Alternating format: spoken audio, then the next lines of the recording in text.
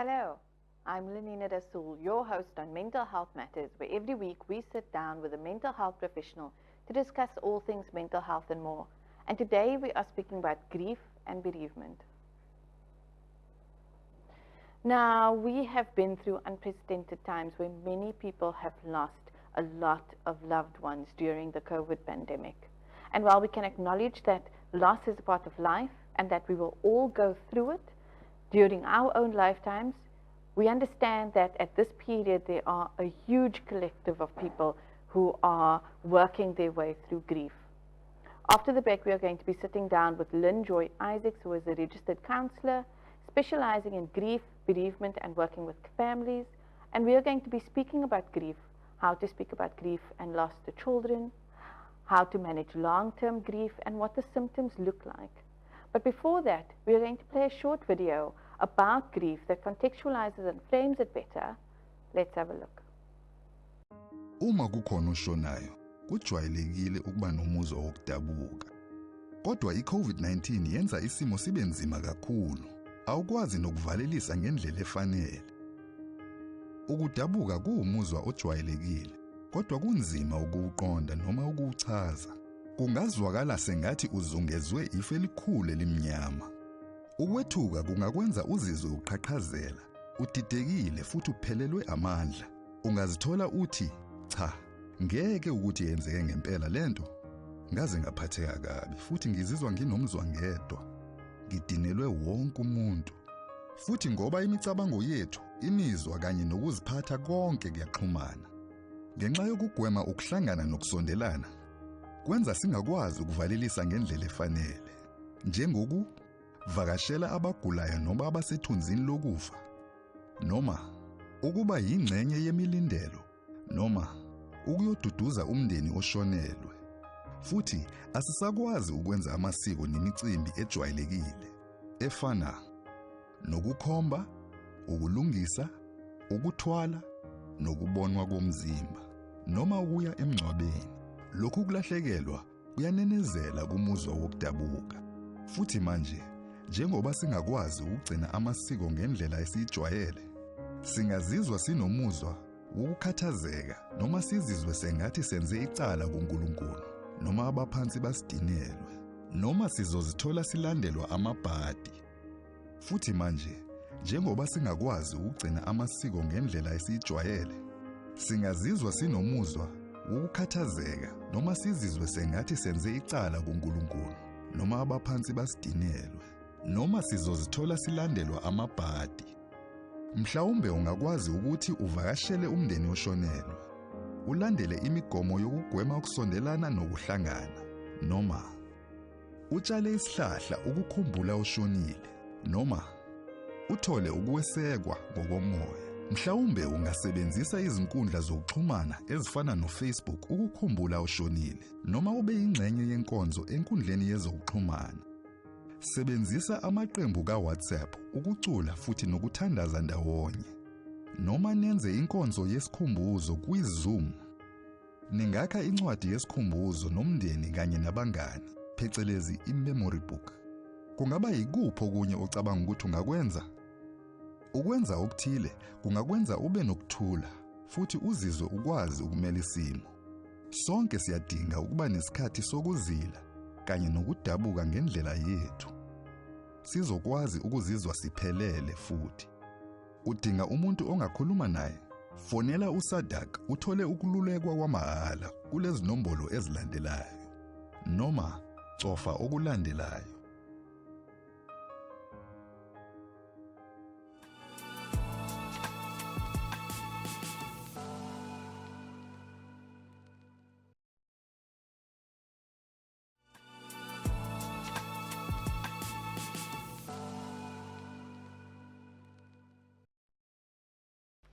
Welcome back. You're still watching The Woman Show, and we are speaking about grief.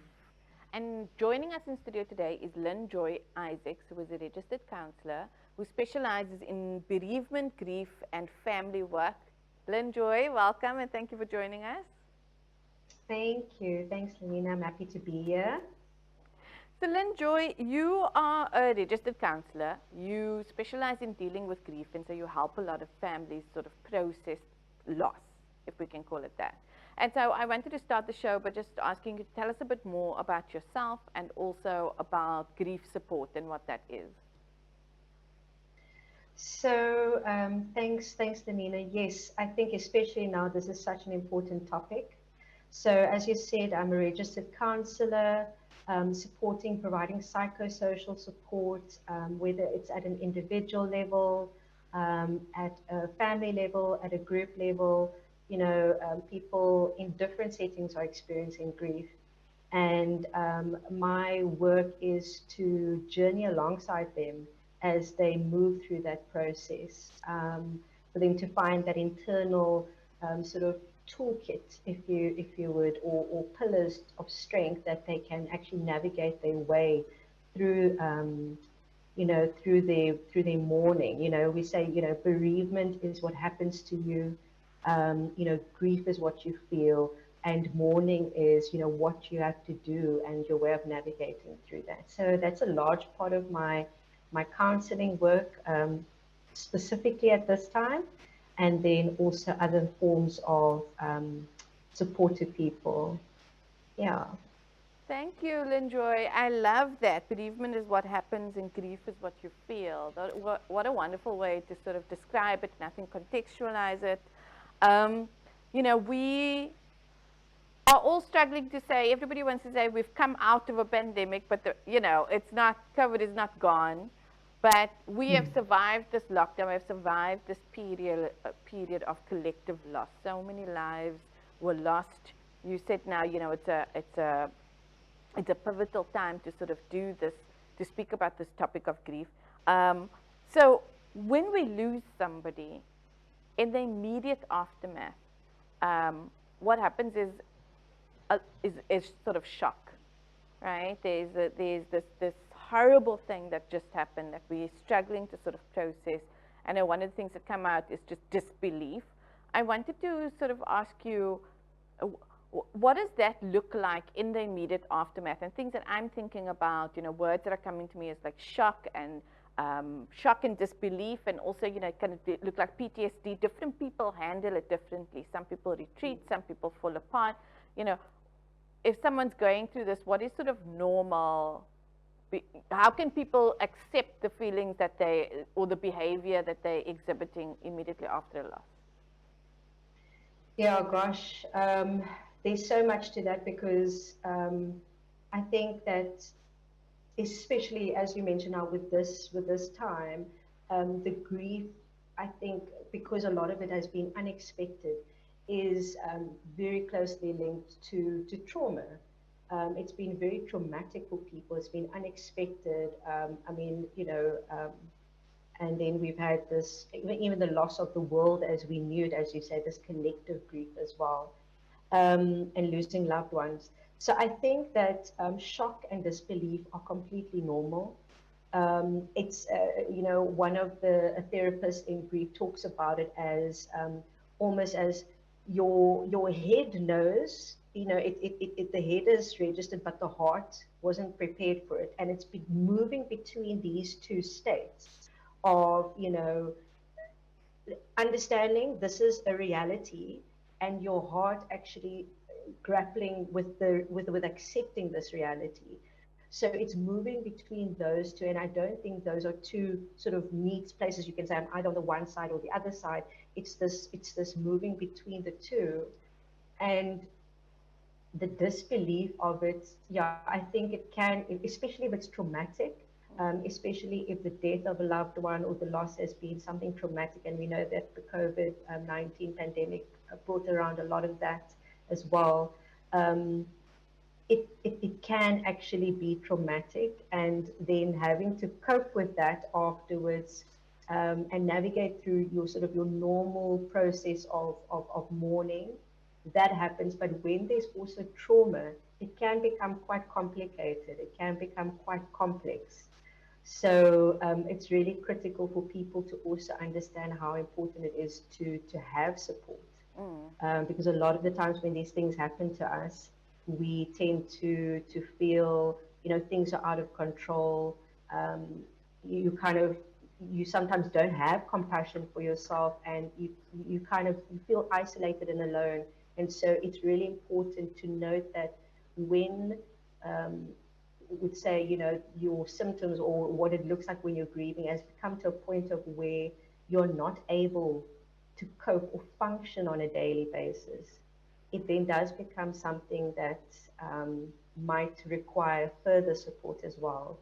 And I want to say that shock and disbelief and being numb and feel like you're falling apart and being traumatized by the loss or the death of a loved one is absolutely to be expected and absolutely normal. Thank you, Lynn-Joy, and that, I think that is so affirming, and I so much wanted to ask that question because often immediate reactions to grief can be quite hectic. Sorry, I can't think of a different word. And but there's a lot of judgment also attached to that.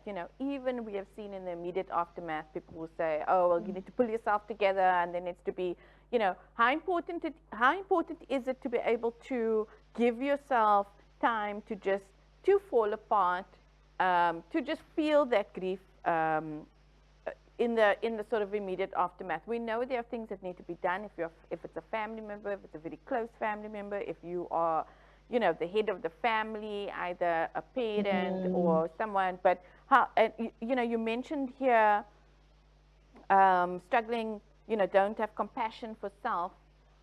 How important is it to make space for that, despite the busyness, despite everything that needs to be done, especially in those first few weeks? Oh man, I really think it's so important. I love what you're saying in terms of making space for yourself to fall apart. I think that's so powerful because, I think a lot of women,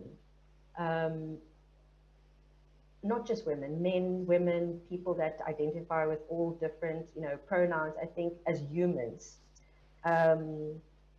we don't often have models of what it looks like to fall apart. We don't know, because also I think there's a lot of shame that's associated with being out of control and being vulnerable and feeling powerless. The world tells us we need to be, out there, put on your brave face, you go out and you take on the world. And so everything that happens when you are mourning and when you're experiencing grief does not look like that. It does not look like that at all. And so there can be a lot of shame associated with that, or judgment, as you said, where people are saying, but by now you should be fine, pull yourself together. And sometimes people say that with good intentions, but it's not very helpful, and it's not very supportive. And so, as we know, we always say it, it's something that's sort of like a cliche, death is a part of life. It really is. And so making the space to navigate through that at your own pace, because also it's not to say, this between this time and this time. I know people have compassionate leave and then it's just kind of a block. And they say, okay, now you're back to work and now things should be fine. And it's not like that. People can, when you've lost a loved one, you've lost a loved one. They're no longer there. And so that you don't forget about that, but the pain becomes less raw. And so to allow and understand people that everyone's time frame of mourning is different. People are going to move at it in their own pace, and it's important to not rush people, to not kind of put a time frame on that process. So I think it is, how do we fall apart? And I think the key to that is having compassion for yourself, and also finding support. Who are the people in your life that need to be there, that would, not necessarily be judgmental or angry with you for when you are still having your really down days. That community of support is important to find. So, thank you, Lynn-Joy. I want to speak about that in terms of a support network. I had a conversation with somebody the other day around trauma, and she described it in a way that I hadn't heard before. She said, you know, to go through adversity is a normal part of life.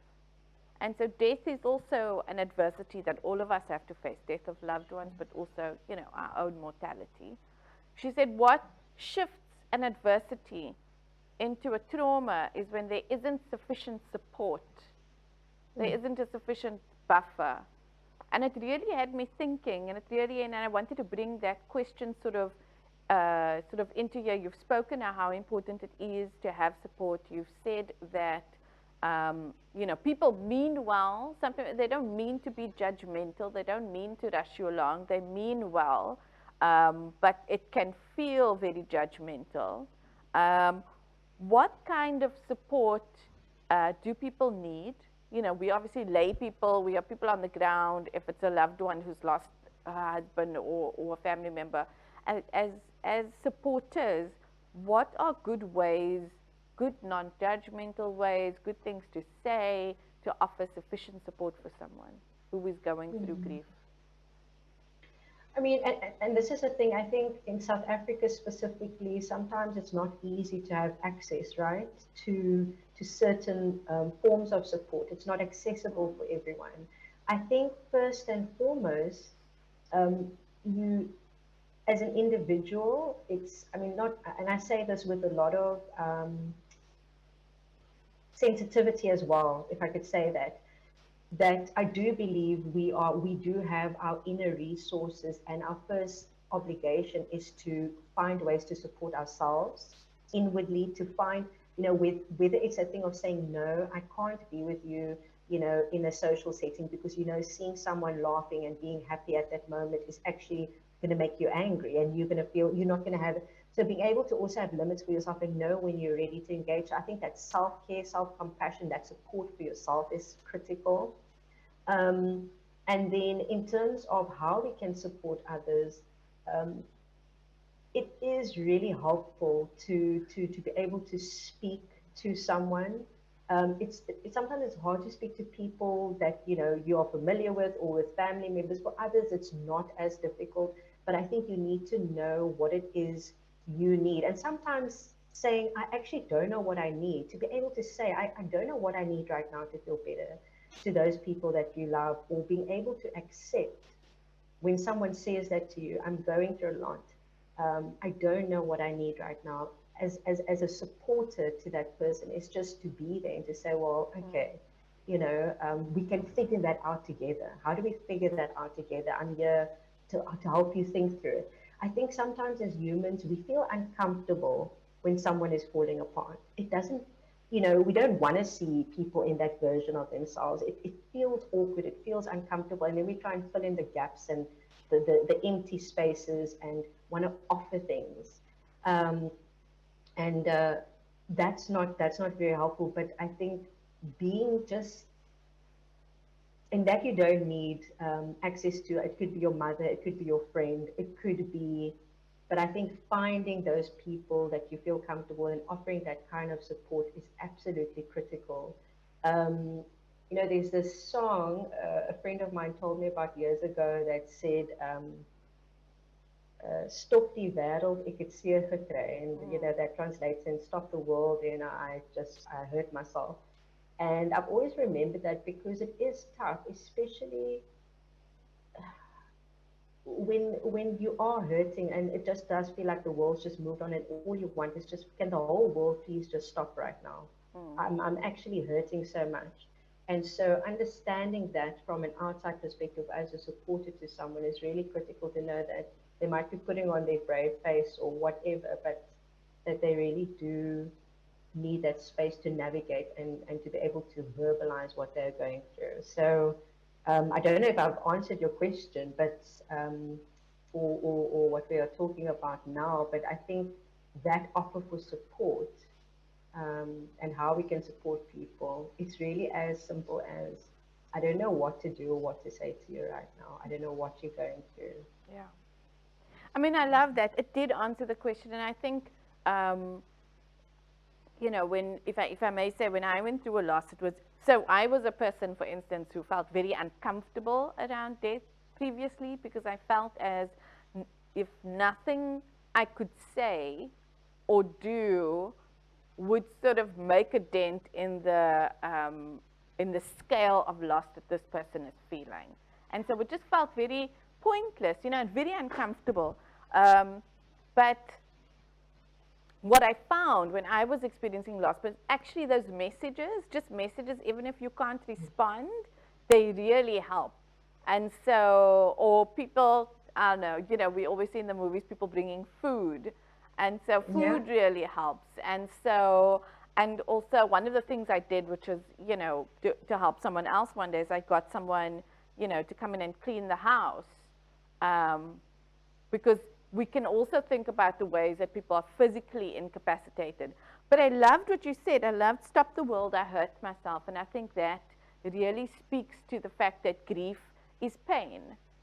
And at the end of it, this is a person grieving is a person that is just like in continuous pain. Just on that, before we have to go for a break, I wanted to ask, so the pain, you know, stop the world, I hurt myself, and the world does sort of stop for a while. Like you said, you go and leave, you try and sort of do things, but things do start moving at some point. That doesn't stop the pain. How important, you know, should we be thinking about long-term grief management also? Because it's easy to get swept back into the real world. But, you know, grief really, when we think about mental health, and it's a mental health show, it's also about that. How has the grief impacted our mental health once we get moving again? How has it impacted, you know, the way we exist in the world once we get moving again? And is long-term grief management a thing? I mean, I think every case is so unique, and I think that's the point as well, is that we can't put people into these stages and say, you're going to go through this and you're going to go through that, and you know, it's so unique for every single person. And I think going through grief, you actually need to be actively sort of involved in the process of grieving, because your pain of the grief, it changes over time, but it's important to be active in your process of grieving. So, and not shut down what's going on for you.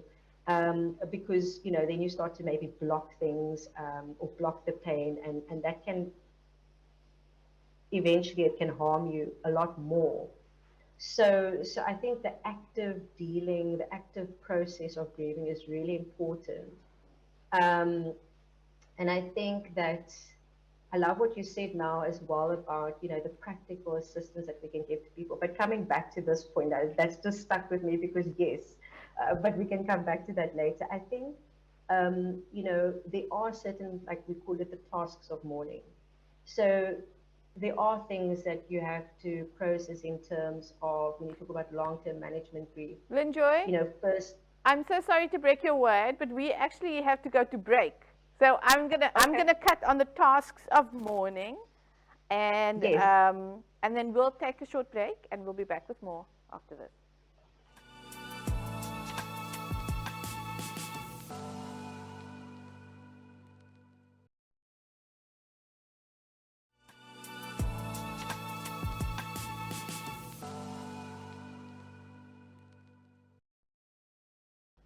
Welcome back. You're still watching Mental Health Matters, and today we are speaking about grief, and joining us in studio is a registered counselor, Lynn-Joy Isaacs. She's still with us, and Lynn-Joy, we were talking about grief, and we were specifically talking about, before the break, long-term grief, and you were going into tasks of mourning. Can you tell us what that is, and then let us know what those tasks look like? Yeah, actually, even now, just hearing you say tasks of mourning make it sound so heavy. I'm just listening to how that lands with me, and I think, you know, maybe there should be different words to that, because as it lands with me, I'm like, gosh, it's so heavy already, and now there's tasks to it. So, yeah. But just to mention, you know, what's widely kind of spoken about is this this long-term, so this acceptance of the reality of the loss, you know, processing the pain of that grief. A lot of times what I kind of discuss, or what I engage with when it comes to counseling, is not only talking about who you've lost, but also what you've lost, with that person having died or having passed away. And then adjusting to this world without that person. So what is my world? What do I look like? Who am I in this world without this person? And then kind of finding this way to find a connection and honor the person, the deceased, as you're embarking on this new world.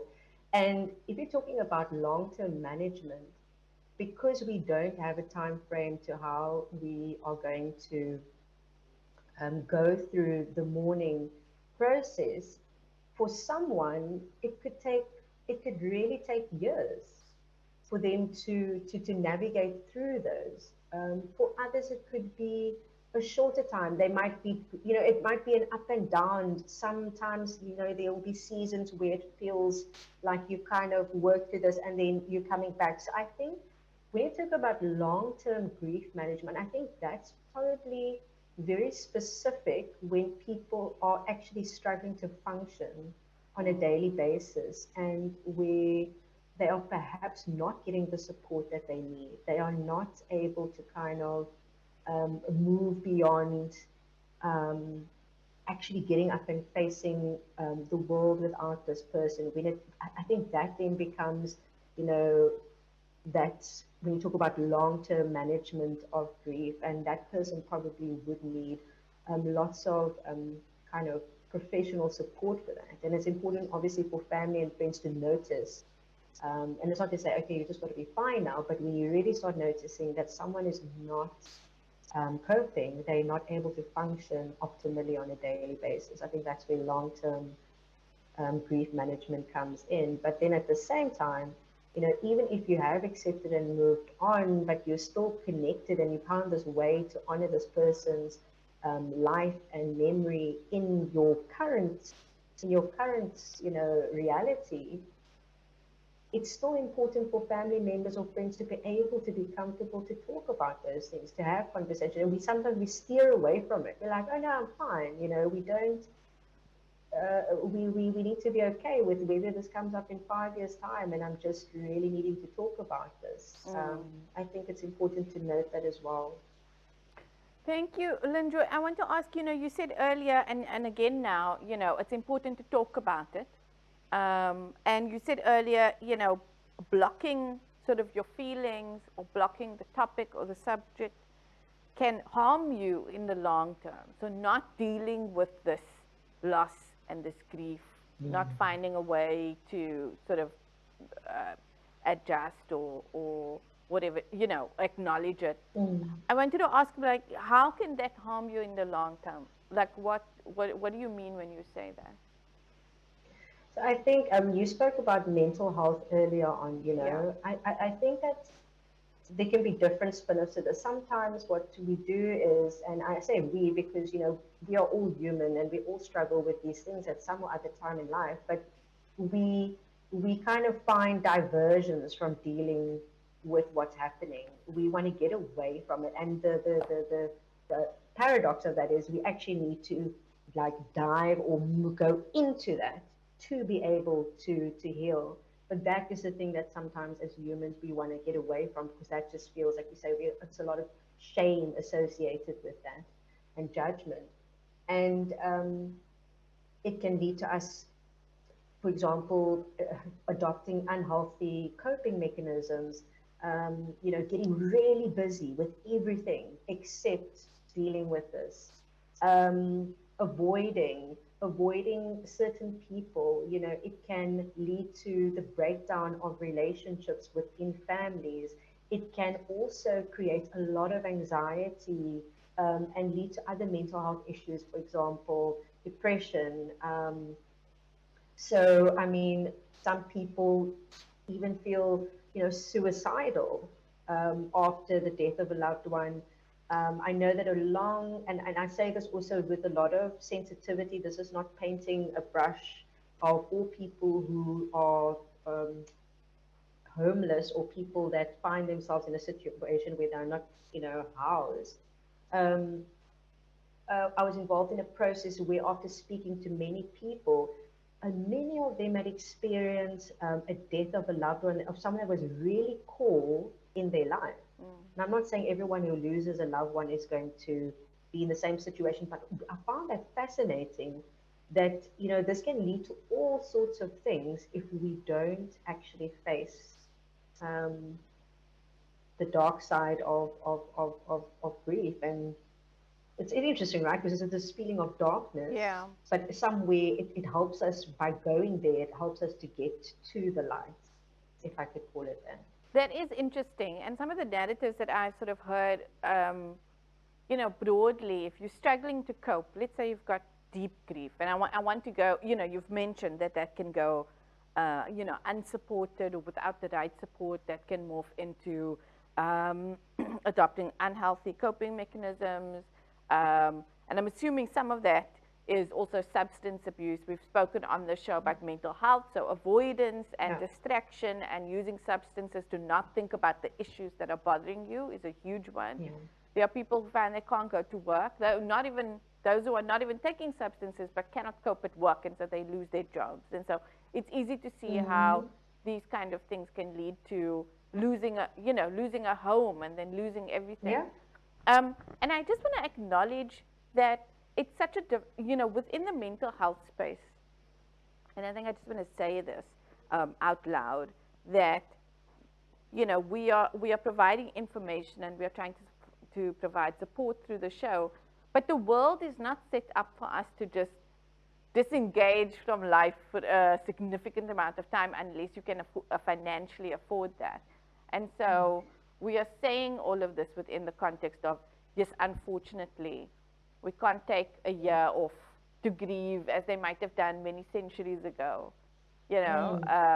We have to get back to work. And so we have to, dealing with the grief will help us to deal with life and the grief, I think, is what we are trying to offer here, is some tools for that. Absolutely. Yeah, Lynn-Joy, I wanted to ask you also work with children. It's a very tricky subject. I have met quite a few people who lost someone when they were very young and found that the family didn't contextualize that. They actually kind of stopped speaking about it. And also that nobody really even, it's different maybe a little bit today, but in a lot of cases that I've heard, nobody thought to sort of, ask the children how they are dealing with this death and ask, what do you need? Or, we kind of just sort of let them process it in their own way. And as they become adults, that was very difficult for them. You do some grief work with children. Can you tell us how important is it to engage with children? In which ways? And what does that look like? Wow, I mean, this is something, this has really escalated in terms of the number of children, not only that I'm seeing, I'm sure, but many other, people in the helping profession, because of having gone through COVID and, the effects of that as well. Children they are human beings like we are adult human beings. They experience the grief, um, the grief just as deeply, just as deeply. The only difference is that depending on their developmental stage, where they're at in life, their age, depending on, because obviously, sometimes certain ages you'll see children in terms of their brain development, they might not understand this concept of permanency, that this person isn't actually going to come back. So there's that to also be aware of.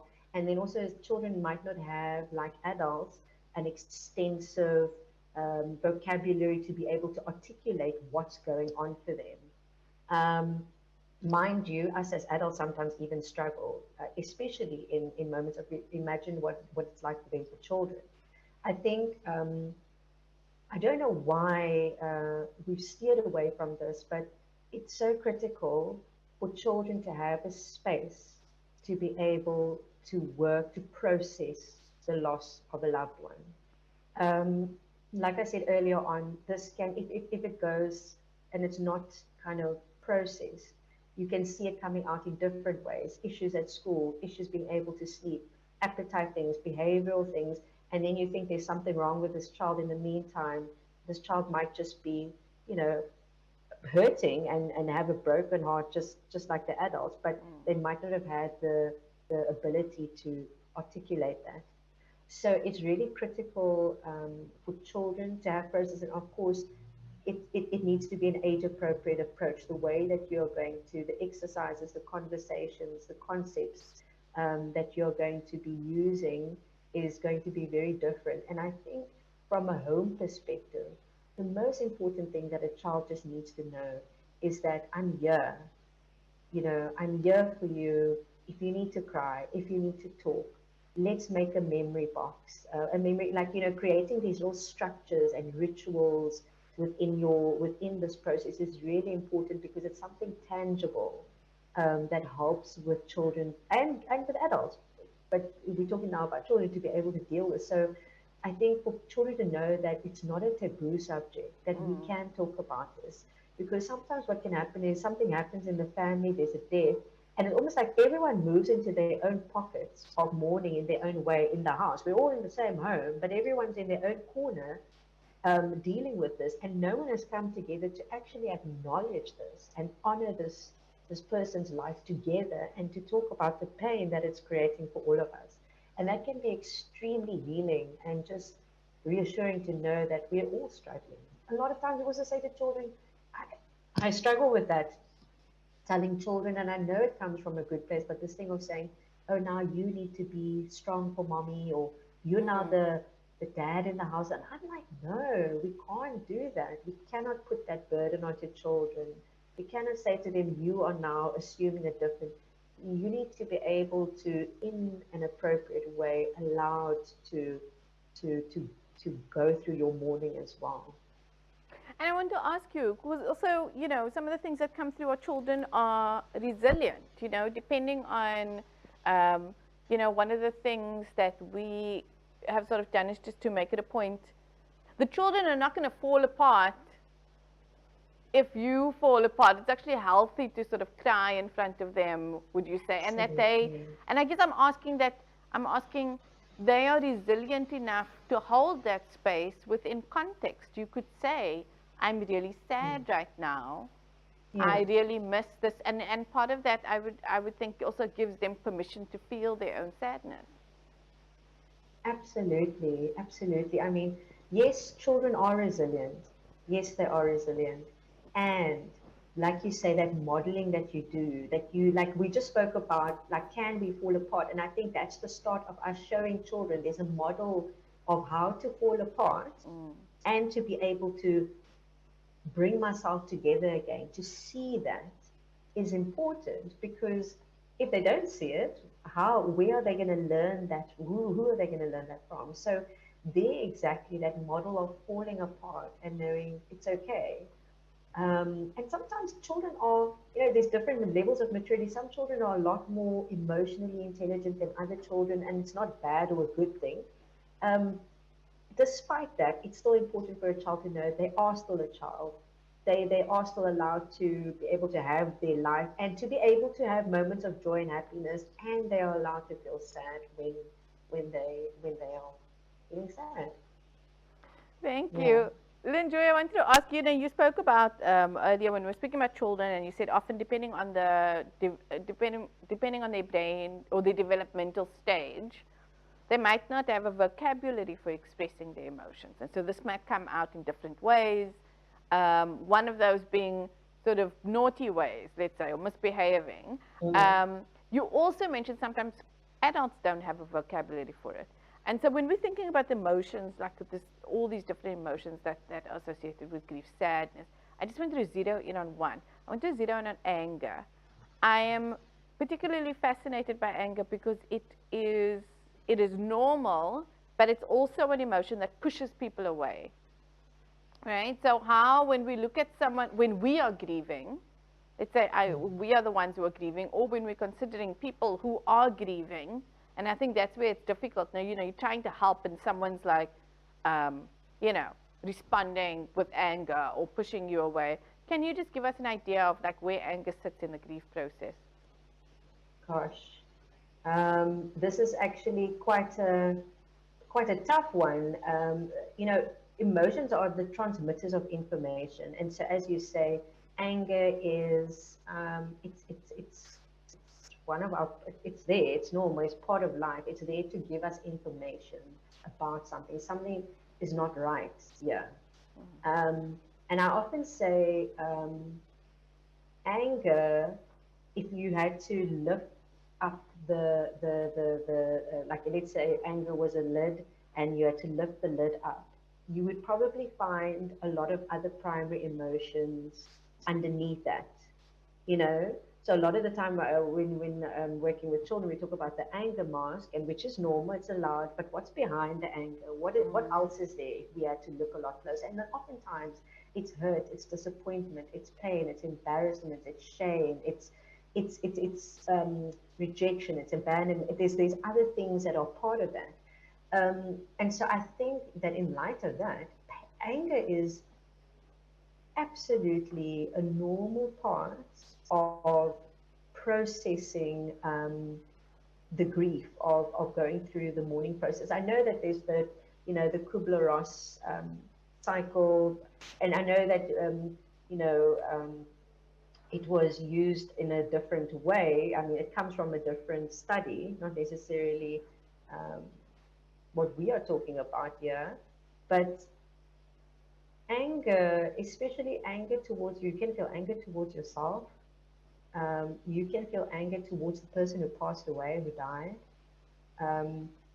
Anger at God, anger, you know, it is a normal part of grieving. And I think what's important for the people around the person when they are going through that, again, it can be tough because we take things personally, our ego gets a bit hurt. And it's about having that maturity to say, okay, you know, what's going on for you? Do you need to be alone? Most of the times, sometimes most people get angry with the person they feel they're allowed to express their anger because they actually feel safe with you to be able to do that. Yeah. And it's not an excuse to accept abuse from someone, of course. So there's a line there, and there might be other things going on for that person. And I think it's important to stay with that, not to try and get the anger away and say, don't be angry if it is not a nice emotion. No, that is what the person is experiencing, and maybe to explore and say, what else is there for you?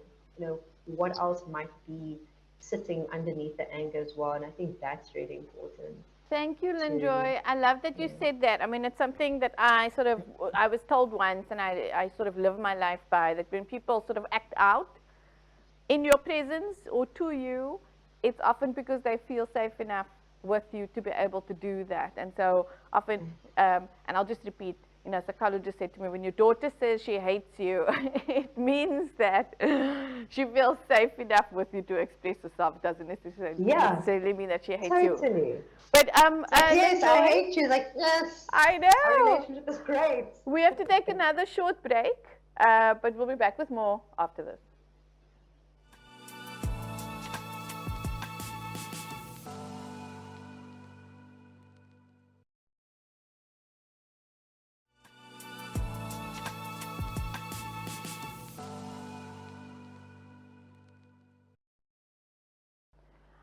Welcome back. You're still watching Mental Health Matters, and today we are speaking about grief. And still with us in studio is Lynn-Joy Isaacs, who is a registered counselor, and she specializes with grief. And Lynn-Joy, we've been speaking a lot about grief. We've covered, you know, what is the immediate aftermath of grief and the shock and the PTSD. We've spoken about grief in children and how important it is to speak to them.